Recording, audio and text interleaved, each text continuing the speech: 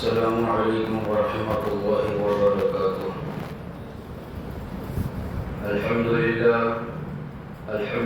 الذی هدانا لهذا وما كنا لنهتدي لولا ان هدانا الله واشهد ان لا اله الا الله وحده لا شريك له واشهد ان سيدنا مولانا بارك وسلم اما بعد۔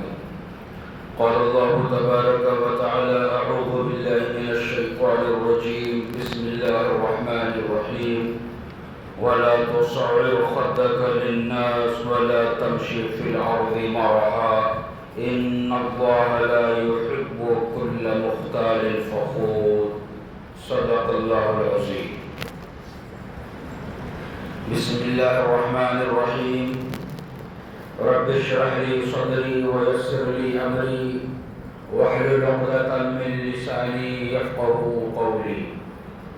بسم الله الرحمن الرحيم۔ درود شریف پڑھ لیجیے۔ اللهم صل على محمد وعلى آل محمد كما صليت على ابراهيم وعلى آل ابراهيم انك حميد مجيد۔ اللهم بارك على محمد وعلى آل محمد كما باركت على إبراهيم وعلى آل إبراهيم إنك حميد مجيد۔ محترم بزرگوں، دوستوں اور عزیز ساتھیوں، اللہ تبارک و تعالیٰ کا لاکھاں شکر و احسان ہے کہ اللہ تبارک و تعالیٰ نے ہم تمام مسلمانوں کو جمعہ کا مبارک دن عطا فرمایا اور جمعہ کی نماز ادا کرنے سے پہلے چند باتیں قرآن و حدیث کی روشنی میں سننے اور سنانے کا موقع عطا فرمایا۔ میرے دوستوں، اسلامی کیلنڈر کے اعتبار سے جمادی الاول کا مہینہ شروع ہو چکا ہے اور آج اس مہینے کی پہلی تاریخ اور پہلا جمعہ بھی ہے۔ میں نے خطبے میں سورہ لقمان کی ایک آیت تلاوت کی، جس آیت میں اللہ تبارک و تعالی نے حضرت لقمان علیہ السلام کے ان واقعات کو بیان فرمایا ہے جس میں حضرت لقمان علیہ السلام اپنے بیٹے کو نصیحت فرما رہے ہیں۔ بہت ساری نصیحتیں بیان فرمائی گئیں، ان میں سے ایک نصیحت کا ذکر اس آیت کے اندر کیا گیا ہے، وَلَا تُصَعِّرْ خَدَّكَ لِلنَّاسِ، کہ اے میرے بیٹے لوگوں کے سامنے اپنے منہ کو مت پھلایا کرو، وَلَا تَمْشِي فِي الْأَرْضِ مَرَحًا، اور تم زمین کے اوپر تکبر کے ساتھ مت چلا کرو، إِنَّ اللَّهَ لَا يُحِبُّ كُلَّ مُخْتَالٍ فَخُورٍ، کہ بے شک اللہ تبارک و تعالی کبر کرنے والے، تکبر کرنے والے، اترانے والوں کو پسند نہیں فرماتا۔ یہ حضرت لقمان علیہ السلام نے اپنے بیٹے کو نصیحت کی، اللہ تبارک و تعالیٰ نے ریکارڈ کیا اور قرآن کریم کے اندر اس واقعے کو، اس نصیحت کو بیان فرما دیا۔ تو میرے دوستو، انشاءاللہ آج کے جمعہ میں آپ حضرات کے سامنے اس امت کا جو سب سے بڑا گناہ ہے، گناہوں میں جو سب سے بڑا گناہ ہے وہ تکبر ہے۔ آج اسی تکبر اور کبریائی کے اوپر گفتگو کروں گا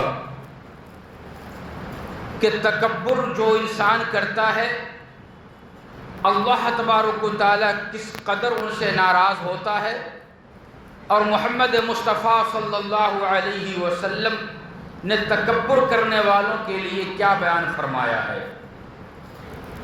انہی سلسلے میں انشاءاللہ چند واقعات ماضی کے آپ کے سامنے رکھنے کی اس ارادے سے کوشش کروں گا کہ اللہ ان واقعات کو سننے اور سنانے کے بعد ہم سبوں کو سمجھنے کے ساتھ ساتھ ان واقعات کے اوپر عمل کرنے کی توفیق عطا فرمائے، اور ہم تمام مسلمانوں کے سینوں کو تکبر سے مکمل طور پہ پاک کر دے، عاجزی اور انکساری ہم تمام مسلمانوں کے دلوں میں پیدا فرما دے، آمین ثم آمین۔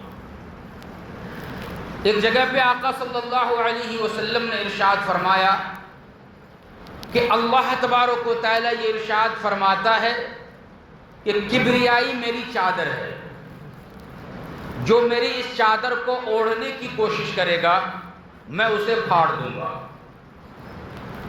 یہ حدیث قدسی ہے جو اللہ تبارک و تعالیٰ نے بیان فرمایا کہ کبر اللہ تبارک و تعالیٰ نے اپنی چادر کہا ہے اس کو، اور جو اس چادر کو اوڑھنے کی کوشش کرے گا، مطلب یہ ہے کہ جو اس کبریائی کو اپنے اندر ڈالنے کی کوشش کرے گا اور دنیا میں متکبر ہو کر کے وہ چلے گا، تو پھر اللہ تبارک و تعالیٰ کا وعدہ ہے کہ ایسے متکبرین کو اللہ تبارک و تعالیٰ دنیا میں ہی عبرت کی جا بنا دیتا ہے، اسے ایسی سزا دیتا ہے کہ دیکھنے والا دیکھتا ہی رہ جاتا ہے کہ بھئی یہ سزا انہیں کیوں ملی، شاید تکبر کیا کرتا تھا اس لیے اللہ تبارک و تعالیٰ نے انہیں ذلیل و رسوا کر دیا۔ اللہ ہم سبوں کی حفاظت فرمائے۔ تو میرے دوستو، ایک چیز آپ یاد رکھیے، اس کائنات کے اندر جو سب سے پہلا گناہ قائم ہوا وہ تکبر کی بنیاد پر ہوا۔ سب سے پہلے جس گناہ کو اس دنیا میں انجام دیا گیا وہ میرے دوستو تکبر تھا۔ وہ کس طریقہ پر؟ جب اللہ تبارک و تعالیٰ نے حضرت آدم علیہ السلام کو پیدا فرمایا تو آپ نے فرشتوں سے مشورہ کیا۔ فرشتوں نے اس وقت میں یہ کہا تھا کہ اللہ تعالیٰ اگر آپ انسان کو اپنی عبادت کے لیے پیدا فرمانا چاہ رہے ہو تو ہم فرشتے آپ کی عبادت کے لیے کافی ہیں۔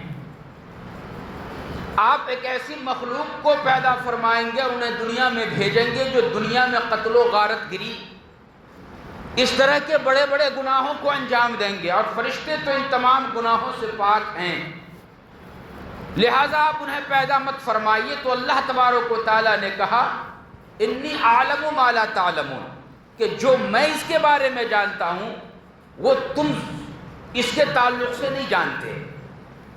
پھر اللہ تبارک و تعالیٰ نے حضرت آدم علیہ السلام کو پیدا فرمایا، روح اس کے اندر پھونکی، اس سے پہلے مٹیوں کا پتلا بنایا گیا اور پھر اللہ تبارک و تعالیٰ نے روح پھونکی، جان اس کے اندر آئی۔ تو مختصر یہ کہ اللہ تبارک و تعالیٰ نے اس وقت میں فرشتوں سے، اور جو ابلیس اس وقت میں وہاں پہ رہتا تھا جنت میں، ان سے کہا کہ تم آدم کو سجدہ کرو۔ تو فرشتوں نے تو سجدہ کیا، لیکن ابلیس شیطان نے سجدہ کرنے سے انکار کر دیا۔ تو اللہ تبارک و تعالیٰ نے پوچھا کہ میں نے آدم کو خود بنانے کا حکم دیا اور جب وہ بن کے تیار ہوا تو روح میں نے اس کے اندر پھونکی، اب میرا یہ حکم تھا تمہیں سجدہ کرنے کا لیکن تم نے انکار کر دیا، آخر اس کی وجہ کیا ہے؟ تو اس وقت میں شیطان نے یہ کہا تھا میرے دوستو انا خیر منہ، کہ میں ان سے بہتر ہوں۔ کس اعتبار سے بہتر ہوں؟ خلقتنی من نار وخلقتہ من طین، کہ آپ نے مجھے آگ سے پیدا کیا اور آدم کو آپ نے مٹی سے پیدا کیا۔ مٹی کی خاصیت پستی کی طرف کو جاتی ہے، یعنی وہ بلندی پہ نہیں جاتی، اس کی خاصیت ہے نیچے کو آنا، اور آگ کی خاصیت ہے بلندی کی طرف جانا۔ تو اب چونکہ مجھے آگ سے پیدا کیا گیا، ابلیس کہہ رہا ہے، اور اس کی خاصیت اوپر کو جانا ہے، لہٰذا میں مٹی سے پیدا کی گئی چیز سے افضل اور بہتر ہوا۔ یہ کبر تھا شیطان کا، کہ اپنے تکبر کی بنیاد پہ یہ کہہ رہا تھا کہ میں ان سے افضل ہوں، چونکہ آگ سے آپ نے مجھے پیدا کیا ہے، اس لیے جب میں افضل ہوں تو افضل ہو کر کے ادنا کو کس طریقہ پر سجدہ کرو۔ جبکہ افضل اور ادنا جب اللہ تبارک و تعالیٰ کا حکم آ گیا تو بس افضل اور ادنا کا امتیاز مکمل طور پہ ختم ہو جاتا ہے۔ اب جو بھی حکم اللہ کا ہے اس اللہ کے حکم کے اوپر اسے سجدہ کر دینا چاہیے تھا، لیکن محض کبریائی کی وجہ سے تکبر کی وجہ سے اس نے حضرت آدم کو سجدہ کرنے سے انکار کر دیا، تو یہی ایک کبر اور تکبر اس شیطان اور ابلیس کو لے ڈوبا، اور اللہ تبارک و تعالیٰ کا جلال آیا، اور جلال میں اللہ تبارک و تعالیٰ نے یہ اعلان کر دیا کہ تم ہمیشہ کے لیے ہمارے دربار سے نکل جاؤ اور تم ہمیشہ کے لیے جہنمی ہو۔ ہزاروں سال اس نے سجدے کیے، لیکن حضرت آدم کو صرف تکبر کی وجہ سے سجدہ نہ کیا، تو ایک سجدہ نہ کرنے کی وجہ سے اور ان کے اندر تکبر پیدا ہو جانے کی وجہ سے اتنی بڑی سزا اللہ تبارک و تعالیٰ نے دے دی۔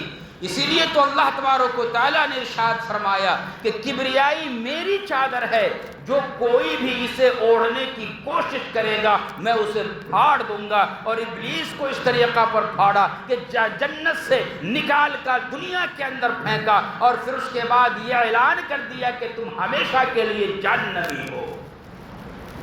ہم مسلمانوں کو یہ درس ملتا ہے کہ اللہ نے مال و دولت اگر دی ہے، علم سے نوازا ہے، حسن اگر دیا ہے، مالداری اگر دی ہے، تو ایسی صورت میں ہر حال میں ہم بندوں کے ساتھ اللہ تبارک و تعالیٰ کے سامنے اجزا اور انکساری کے ساتھ جو ہم پیش آئیں۔ اگر ہم نے ذرہ برابر بھی تکبر اگر کیا ہے تو پھر ایسی صورت میں اللہ نہ کرے کہیں ہمیں بھی پھاڑ نہ دیا جائے۔ پھر اس کے بعد میرے دوستو، فرعون حضرت موسیٰ علیہ السلام کے وقت میں یہ بادشاہ گزرا ہے، اس نے بھی تکبر اختیار کیا تھا، اور تکبر کی وجہ سے ہی اللہ تبارک و تعالیٰ نے اسے ہمیشہ کے لیے رسوا کر دیا کہ جب وقت کے پیغمبر حضرت موسیٰ علیہ السلام فرعون کے پاس گئے، اور جانے کے بعد جب اللہ تبارک و تعالیٰ کی دعوت اور توحید کو ان کے سامنے رکھا، تو ہونا تو یہ چاہیے تھا کہ وہ اسے مان لیتا، قبول فرما لیتا اور ایمان لے آتا، لیکن اس نے یہ کہا کہ نہیں۔ کیا کہا؟ فقال انا ربکم الاعلی، کہ آپ کس رب کی بات کرتے ہو؟ نعوذ باللہ من ذالک، میں ہی سب سے بڑا رب ہوں۔ فرعون نے اپنے آپ کو رب ہونے کا دعویٰ کر دیا کہ سب سے بڑا خدا میں ہوں، آپ کس خدا کی تبلیغ کر رہے ہو؟ تو اللہ تبارک و تعالیٰ کے سامنے حضرت موسیٰ علیہ السلام نے جب فرعون کے پاس اللہ کی بتائی ہوئی بات کو جب رکھا، تو اس کے اندر فرعون میں تکبر پیدا ہوا، اور تکبر پیدا ہونے کی وجہ سے وہ اپنے آپ کو سب سے بڑا رب ہونے کا دعویٰ کر دیا۔ تو میرے دوستو پھر کیا ہوا؟ اللہ تبارک و تعالیٰ نے اسے ذلیل اور رسوا کیا۔ قرآن کریم کے اندر ارشاد فرمایا گیا کہ تم نے انا ربکم الاعلی کا دعویٰ کیا ہے، یہ دعویٰ مکمل طور پہ تمہارا غلط ہے، اور ہم تمہیں سزا اس طریقہ پر دیں گے کہ تمہاری نعش کو ہم عبرت کے لیے قیامت تک رکھیں گے کہ ہر تکبر کرنے والا شخص، ہر خدائی دعویٰ کرنے والا شخص یہ دیکھ لے کہ اس سے پہلے بھی دنیا میں خدائی کا دعویٰ کرنے والا موجود تھا، اور پھر اللہ تبارک و تعالیٰ نے اس کے ساتھ کیسا معاملہ کیا کہ ڈبو کر کے اسے مارا گیا۔ اور پھر اس کے بعد جب ایسا بھی نہیں ہوا، سمندر نے بھی قبول نہ کیا، پتھر نے بھی قبول نہ کیا، زمین نے بھی قبول نہ کیا، الغرض کسی نہ کسی طریقے سے ایک جگہ پہ جا کر کے وہ ٹھہرا۔ پھر جب اس کی موت واقع ہوتی ہے تو اللہ تبارک و تعالیٰ اسے تمام قیامت تک آنے والے انسانوں کے لیے عبرت کی جا بنا دیتا ہے کہ ان کے نعش کو یوں ہی رکھا جاتا ہے کہ ہر آنے والا اگر تکبر اس کے اندر پایا جا رہا ہو تو وہ دیکھ لے کہ اس سے پہلے بھی تکبر کرنے والا موجود تھا، لیکن اس کا انجام کیا ہوا۔ اور مصر کے عجائب خانے کے اندر میرے دوستو ابھی بھی اس کی لاش پڑی ہوئی ہے، اور ہر آنے جانے والا جب وہاں پہنچتا ہے تو جا کر کے دیکھتا ہے، لیکن ہر دیکھنے والا عبرت کی نگاہ سے نہیں دیکھتا۔ اللہ ہم سبوں کو کبر سے پاک فرمائے اور عاجزی کے ساری ہم سبوں کے دلوں میں پیدا فرما دے۔ میرے دوستو اسی طریقہ پر نمرود بھی ایک بادشاہ گزرا ہے حضرت ابراہیم علیہ السلام کے دور میں۔ حضرت ابراہیم علیہ السلام نے جب ان کے سامنے توحید کی دعوت دی، اللہ کے حکم کو بیان فرمایا، تو نمرود نے انکار کر دیا۔ انکار کرنے کی وجہ کیا تھی؟ صرف اور صرف تکبر۔ تکبر ان کے پاس بھی تھا کہ میں ہی خدا ہوں، میرے سے اچھا کوئی بھی اس دنیا کے اندر نہیں ہے۔ جب حضرت ابراہیم علیہ السلام نے ان سے ارشاد فرمایا کہ آپ نے ایک اللہ کی عبادت کرنی ہے، ایک اللہ کی عبادت کرو، اللہ تو وہ ذات ہے جو مردوں کو زندہ کرتا ہے اور زندوں کو مارتا ہے۔ جب یہ بات ان کے سامنے رکھی گئی تو اس نے مطلب غلط سمجھ لیا۔ کہا کہ اگر تمہارا خدا مردوں کو زندہ کرتا ہے اور زندوں کو مارتا ہے تو یہ طاقت تو ہمارے اندر بھی موجود ہے۔ چنانچہ ایک قیدی کو اس نے بلایا اور کہا کہ دیکھو یہ قید کے اندر تھا، اسے چند دنوں میں سولی پہ چڑھانا تھا، یہ مرنے والا ہے، ان کی سزائے موت واقع ہو چکی ہے، لیکن تمہارا اللہ مردوں کو زندہ کرتا ہے تو میں بھی مرے ہوئے کو زندہ کرتا ہوں۔ دیکھو یہ قیدی تھا، اس کے اوپر احکام حکم نازل ہو چکا تھا مار دینے کا، لیکن میں اسے آزاد کرتا ہوں، اسے آزاد کر دیا۔ اور ایک راہ چلتے آدمی کو بلایا، کہا کہ ادھر آؤ، دیکھو اس کا کوئی گناہ نہیں ہے، یہ زندہ ہے اور صحیح سلامت ہے، لیکن میں بھی زندوں کو مار دیتا ہوں۔ پھر اسے قتل کرنے کا حکم دے دیا۔ اس نے اس کا مطلب غلط سمجھا، انانیت کے اندر صرف تکبر کی وجہ سے، جبکہ حضرت ابراہیم علیہ السلام کے کہنے کا مطلب یہ تھا کہ مردہ جان کے اندر اللہ تبارک و تعالیٰ کے اندر وہ قوت و طاقت ہے کہ آپ اس کے اندر روح پھونکتے ہیں تو مردہ جسم مکمل طور پہ زندہ ہو جاتا ہے، اور زندوں کے بدن سے اگر روح کو نکال لیا جاتا ہے تو وہ زندہ بدن مکمل طور پہ مردہ ہو جاتا ہے، یہ ہے اس کا مطلب۔ لیکن اس آدمی نے، اس فرعون نے مکمل طور پہ اس کا مطلب غلط سمجھا اور صرف کبریائی کی بنا پر، تکبر کی بنا پر، اور یہ کہا کہ اگر تمہارا خدا مردوں کو زندہ اور زندوں کو مردہ کرتا ہے تو اس بات کے اوپر نعوذ باللہ میں بھی جو ہے قائم ہوں، اور اس بات کی طاقت ہمارے اندر بھی موجود ہے۔ اور پھر اس نے اس طریقہ پر یہ طریقہ اختیار کیا۔ پھر حضرت ابراہیم علیہ السلام نے کہا کہ یاد رکھو میرا خدا وہ ہے، میرا اللہ وہ ہے جو سورج کو مشرق سے نکالتا ہے اور مغرب میں ڈبوتا ہے۔ اگر تمہارے اندر وہ قوت ہے تو مغرب سے نکال کر کے مشرق میں ڈبو کر کے دکھا۔ یہ جب کہا تو وہ لاجواب ہو گیا، لیکن تکبر اس کے اندر تھا۔ ہر کوئی جھک کر کے سلام کیا کرتا تھا، ہر درباری اس کے سامنے اپنے گردنوں کو جھکا کر کے رہتا تھا، کوئی سینہ تان کر کے اس کے سامنے چل نہیں سکتا تھا، لیکن اس کی کبریائی نے مکمل طور پہ اس کو نیست و نابود کر دیا۔ اور وہ اس طریقہ پر ہوا کہ ایک لنگڑا مچھر کو اللہ تبارک و تعالیٰ نے حکم دیا، وہ ناک کے ذریعے سے اس کے دماغ کے اندر گھس گیا اور وہ دماغ میں جا کر کے وہ اڑتا تھا، ہلچل مچاتا تھا، جس کی وجہ سے اس کے سر کے اندر درد کی کیفیت پیدا ہوتی تھی، اور جب درد کی کیفیت پیدا ہوتی تو وہ اپنے سر کو دیوار سے جا کر کے مارا کرتا تھا۔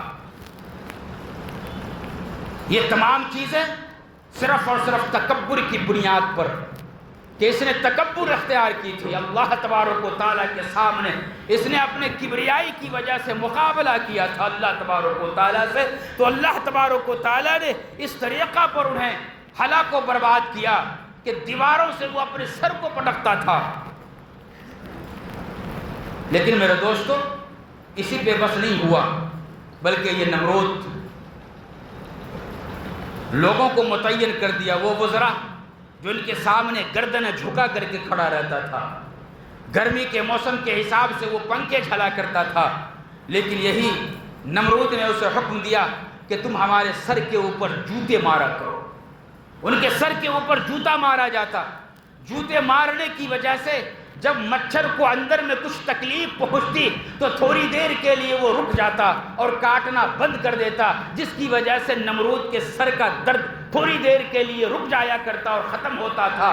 لیکن جو ہی پھر مچھر کو ہوش آتا اور وہ تکلیف کو ختم ہو جاتی مچھر کی، تو پھر وہ ان کے دماغ کے اندر گھومنا شروع کرتا، اور جو ہی گھومتا تو ان کے سر میں درد پھر شروع ہو جاتا۔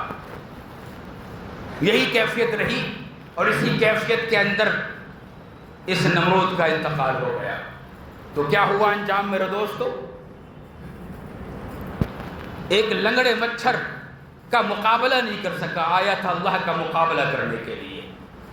تو میرے دوستو، ہمیں چاہیے کہ ہم اور آپ عاجزی اور انکساری کو اپنائیں۔ اگر ہماری زندگی میں ہمارے اندر عاجزی اگر پیدا ہو گئی، انکساری اگر پیدا ہو گئی، تو ایسی صورت میں اللہ تبارک و تعالی ہمارے اور آپ کے درجات کو بلند فرمائے گا۔ اگر آج ہم نے بھی کسی کے سامنے کبریائی کی، تکبر اگر ہم نے کیا اور تکبر کی وجہ سے سامنے والے کو اگر ہم نے بے عزت کر دیا، تو پھر ایسی صورت میں وہ دن دور نہیں، اللہ نہ کرے، اللہ نہ کرے، اگر وہ جس کی ہم نے بے عزتی کی ہے، اگر وہ اللہ کے سامنے اپنے دل کی کیفیت اگر رکھ دیا اور اللہ نے ان کی کیفیت کو سننے کے بعد قبول کر لیا، تو پھر ایسے متکبر شخص کو دنیا میں ہلاک و بربادی سے کوئی روک نہیں سکتا۔ اس لیے میرے دوستو، اللہ تبارک و تعالیٰ نے قرآن کریم کے اندر ارشاد فرمایا، عباد الرحمن الذین یمشون علی الارض ہونا، کہ رحمان کا بندہ تو وہ ہے کہ جب وہ زمین پہ چلے تو عاجزی کے ساتھ چلے، عزت اور انکساری کو وہ پسند کرے، آنے اور جانے والوں کے سامنے یوں سینہ تان کر کے کہ بھائی میں تیرے سے روپیہ پیسہ میں بڑا ہوں، حسن و دولت اللہ نے ہمیں تم سے زیادہ دیا ہے، اس لیے تم میرا مقابلہ ہرگز نہیں کر سکتے، یہ خیال ہمارے دلوں میں ہرگز پیدا نہیں ہونا چاہیے کہ اللہ نے کتنا ہی زیادہ مالدار ہمیں اور آپ کو بنایا ہو۔ یہ کبر کئی وجہ سے انسان کے اندر پیدا ہوتا ہے۔ علماء کرام نے بیان فرمایا کہ کبھی یہ کبر علم کی وجہ سے پیدا ہوتا ہے، کہ اگر کسی کو کسی سے زیادہ علم حاصل ہو گیا، دنیا کا علم ہو یا پھر آخرت کا علم ہو، دین کا علم ہو، اگر وہ حاصل ہو گیا تو ایسی صورت میں تکبر اس کے اندر پیدا ہوتا ہے، اور یہ باتوں باتوں میں یہ کہتا ہے کہ میں تمہارے سے زیادہ جاننے والا ہوں، اور یہ کبر اللہ تبارک و تعالیٰ کو ہرگز پسند نہیں ہے۔ وقت کے پیغمبر حضرت موسیٰ علیہ السلام سے ان کی قوم نے پوچھا کہ اس وقت روئے زمین میں سب سے زیادہ علم والا کون ہے؟ تو ظاہر سی بات ہے جب وقت کے نبی ہیں تو نبی سے زیادہ علم وقت کے اندر کس کو عطا کیا گیا ہوگا؟ کسی کو بھی نہیں۔ تو حضرت موسیٰ علیہ السلام نے کہا کہ میں اس وقت میں سب سے زیادہ جاننے والا ہوں۔ اللہ تبارک و تعالیٰ کو یہ جملہ ہرگز پسند نہ آیا۔ حضرت موسیٰ علیہ السلام کو وحی کی گئی کہ اے موسیٰ، آپ کا یہ کہنا کہ آپ سب سے زیادہ اس روئے زمین پہ جاننے والے ہو، یہ کہنا غلط ہے، بلکہ اس روئے زمین کے اوپر ایک ایسا بندہ بھی ہے جو آپ سے زیادہ جاننے والا ہے۔ اور یہ پھر بڑا ہی لمبا واقعہ ہے حضرت خضر علیہ السلام کا۔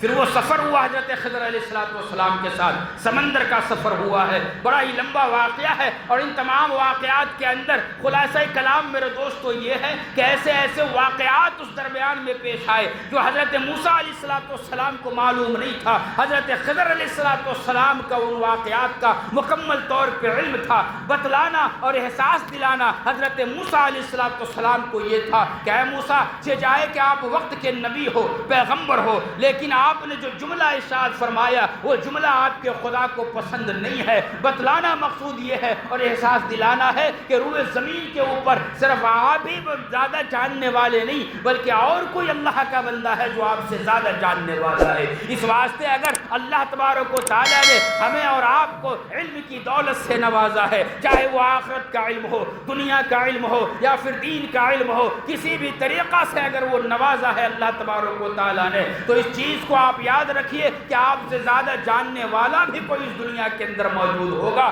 جو وہ جانتا ہوگا اس بات کو آپ نہیں جانتے۔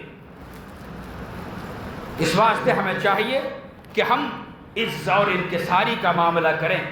پھر اس کے بعد جب آدمی کے پاس مال و دولت ہوتا ہے تو مال و دولت کی وجہ سے بھی انسان کے اندر تکبر پیدا ہو جاتا ہے۔ قارون کا واقعہ اللہ تبارک و تعالیٰ نے قرآن کریم کے اندر بیان فرمایا۔ حضرت موسیٰ علیہ السلام کا رشتہ دار تھا یہ، اللہ تبارک و تعالیٰ نے حسن بھی دیا تھا، خوبصورتی بھی دی تھی اس نوجوان کو، اور اس کے ساتھ ساتھ بہت زیادہ مال و دولت سے بھی نوازا تھا۔ امام راضی رحمۃ اللہ علیہ نے تفسیر کبیر کے اندر اس واقعے کو بیان فرمایا ہے۔ چنانچہ بیان کیا جاتا ہے کہ حضرت موسیٰ علیہ السلام نے قارون سے کہا کہ اللہ نے آپ کو مال و دولت سے نوازا ہے، تو آپ ایک کام کرو کہ اپنے مال میں سے زکوٰۃ نکالو۔ اس نے کہا کہ ہم زکوٰۃ 1000واں حصہ دیں گے، یعنی 1000 میں 1 روپیہ کا ہم زکوٰۃ نکالیں گے۔ حضرت موسیٰ علیہ السلام نے کہا کہ ٹھیک ہے، نکالو تو صحیح۔ وہ گھر میں گیا اور جا کر کے اپنے مال کا حساب کیا۔ تاریخ شاہد ہے ان کے پاس اتنے مال تھے کہ بڑے بڑے طاقتور نوجوان ان کے مال کے چابیوں کو لے کر کے وہ گھوما کرتا تھا۔ کوئی ایک آدمی اس کے مال کے چابیوں کو نہیں، بلکہ کئی نوجوان یا پھر کئی جانوروں کے اوپر ان کی چابیاں، گلے کی چابیاں ہوا کرتی تھی، ان کے غلام کی چابیاں ہوا کرتی تھی۔ اتنا زیادہ مالدار تھا۔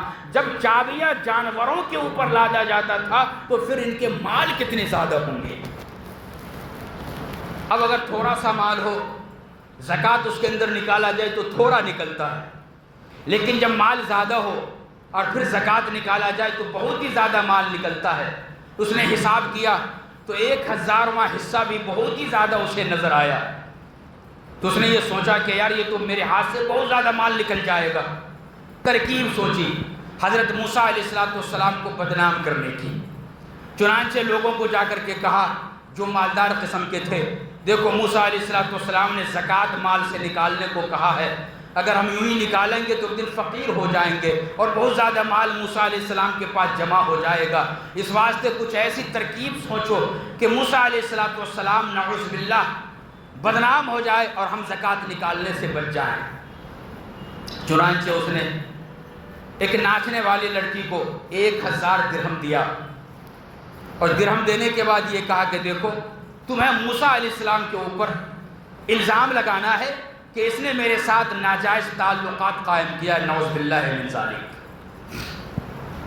اس نے قارون نے اپنے دوستوں کے ساتھ موسیٰ علیہ السلام سے کہا کہ آپ فلاں جگہ پہ آئیے، لوگ جمع ہوں گے، ان کے اندر نصیحت کیجیے۔ چنانچہ موسیٰ علیہ السلام آگے نصیحت کرنے لگے۔ دوران گفتگو اللہ کے حدود کو بھی بیان فرمایا اور کہا کہ اگر کسی نے زنا کیا ہے تو اسے کوڑے لگائے جائیں گے، شادی شدہ ہے تو اسے سنسار کر دیا جائے گا، اور اگر جھوٹ بولا تو ان کا یہ سزا ہے۔ اس طریقہ پر سزائیں بیان کی۔ جب زنا کی بات آئی اور کوڑے لگانے کی بات آئی تو قارون کھڑا ہو گیا اور کہا کہ آپ نے کہا کہ زنا کرنے والے کو سزا دی جائے گی، کوڑے لگائے جائیں گے یا پھر سنسار کیا جائے گا۔ اے موسیٰ اگر آپ نے بھی زنا کیا ہو تو کیا آپ کو بھی یہ سزا دی جائے گی؟ کہا کہ ہاں بالکل دی جائے گی، کوئی بھی بڑا ہو یا چھوٹا ہو، وقت کا پیغمبر ہی کیوں نہ ہو، اگر اس نے کوئی غلطی کی ہے اس طریقہ پر تو اسے بھی سزا ضرور دی جائے گی۔ چنانچہ قارون یہ کہنے لگا کہ اس محلے کی فلاں عورت ہے، اس نے ہمیں یہ کہا ہے، نعوذ باللہ من ذالک، کہ آپ نے ان کے ساتھ جنسی تعلقات قائم کی ہے۔ حضرت موسیٰ علیہ السلام نے کہا کہ اس خاتون کو بلایا جائے۔ چنانچہ جب وہ خاتون آئی، ان سے پوچھا گیا تو اس نے کہا کہ ہاں آپ نے میرے ساتھ ایسا کیا ہے۔ حضرت موسیٰ علیہ السلام آگے بڑھے اور بڑھنے کے بعد کہا کہ او خاتون تم یہ قسم کھاؤ، رب کی قسم کھاؤ، اس رب کی قسم جس نے فرعون کو غرق کر دیا، جس نے نمرود کو مکمل طور پہ برباد کر دیا، اس رب کی قسم کھاؤ جس نے زمین کو پیدا کیا، آسمان کو پیدا کیا، تم اس کی قسم کھا کر کے کہو کہ موسیٰ نے تمہارے ساتھ ایسا کیا ہے۔ رب کائنات کی قسم ہے، جب ان کی نظر حضرت موسیٰ علیہ السلام کے چہرے پہ پڑی تو روب و جلال کی وجہ سے وہ شرمندہ ہو گئی اور رونے لگی اور یہ کہنے لگی کہ اے موسیٰ آپ مکمل طور پہ پاک ہیں اور پاک دامن ہے۔ اس قارون نے ہمیں 1000 درہم دیے تھے اور الزام لگانے کے لیے، آپ نے میرے ساتھ کبھی کسی بھی طرح کا کوئی غلط حرکت نہ کی ہے۔ پھر اس کے بعد آپ سجدے میں چلے گئے اور سجدے میں جانے کے بعد آپ نے اللہ تبارک و تعالیٰ سے دعا کرنے لگے کہ اللہ تبارک و تعالیٰ قارون نے ہمارے اوپر اس طریقہ پر یہ الزام لگایا ہے، آپ انہیں پکڑ لو۔ اللہ تبارک و تعالیٰ نے کہا کہ اے موسیٰ زمین کو میں تمہارے اختیار میں دیتا ہوں، تم زمین کو حکم دو گے تو وہ عذاب ان کے اوپر نازل فرمائے گا۔ چنانچہ سجدے سے سر اٹھانے کے بعد حضرت موسیٰ علیہ السلام نے زمین کو حکم دیا کہ قارون تو نکل جا۔ چنانچہ زمین نرم ہوئی اور قارون گھٹنوں کے بل زمین کے اندر دھنسا. اس کے بعد جو ہے پھر وہ سینے کے بل جو ہے دھنسنا، سینے کے برابر وہ دھنسنا شروع کیا، اور پھر جو ہے پورا مکمل طور پہ سر کے بل مکمل طور پہ وہ دھس گیا زمین کے اندر. تو کچھ بدبخت نے یہ کہنا شروع کیا کہ موسیٰ قارون کو زمین میں دھنسا کر کے اس کے مال کے اوپر قبضہ کرنا چاہتا ہے. تو پھر حضرت موسیٰ علیہ السلام نے زمین کو حکم دیا کہ قارون کا جتنا مال ہے اس مال کو بھی قارون کے ساتھ ساتھ نیچے زمین میں دھسا دے. چنانچہ تاریخ شاہد ہے، اور نبی کریم صلی اللہ علیہ وسلم نے ارشاد فرمایا کہ قیامت تک قارون اپنے مال کے ساتھ زمین کے اندر دھستا چلا جائے گا. یہ عذاب اللہ تبارک و تعالیٰ نے کیوں دیا؟ قارون کو تکبر تھا مال و دولت کا، کہ مال و دولت کے تکبر کی وجہ سے اس نے وقت کے نبی کے اوپر غلط الزام لگانے کی کوشش کی، تو اللہ تبارک و تعالیٰ نے انہیں پکڑا اور زمین کے اندر دھسا دیا.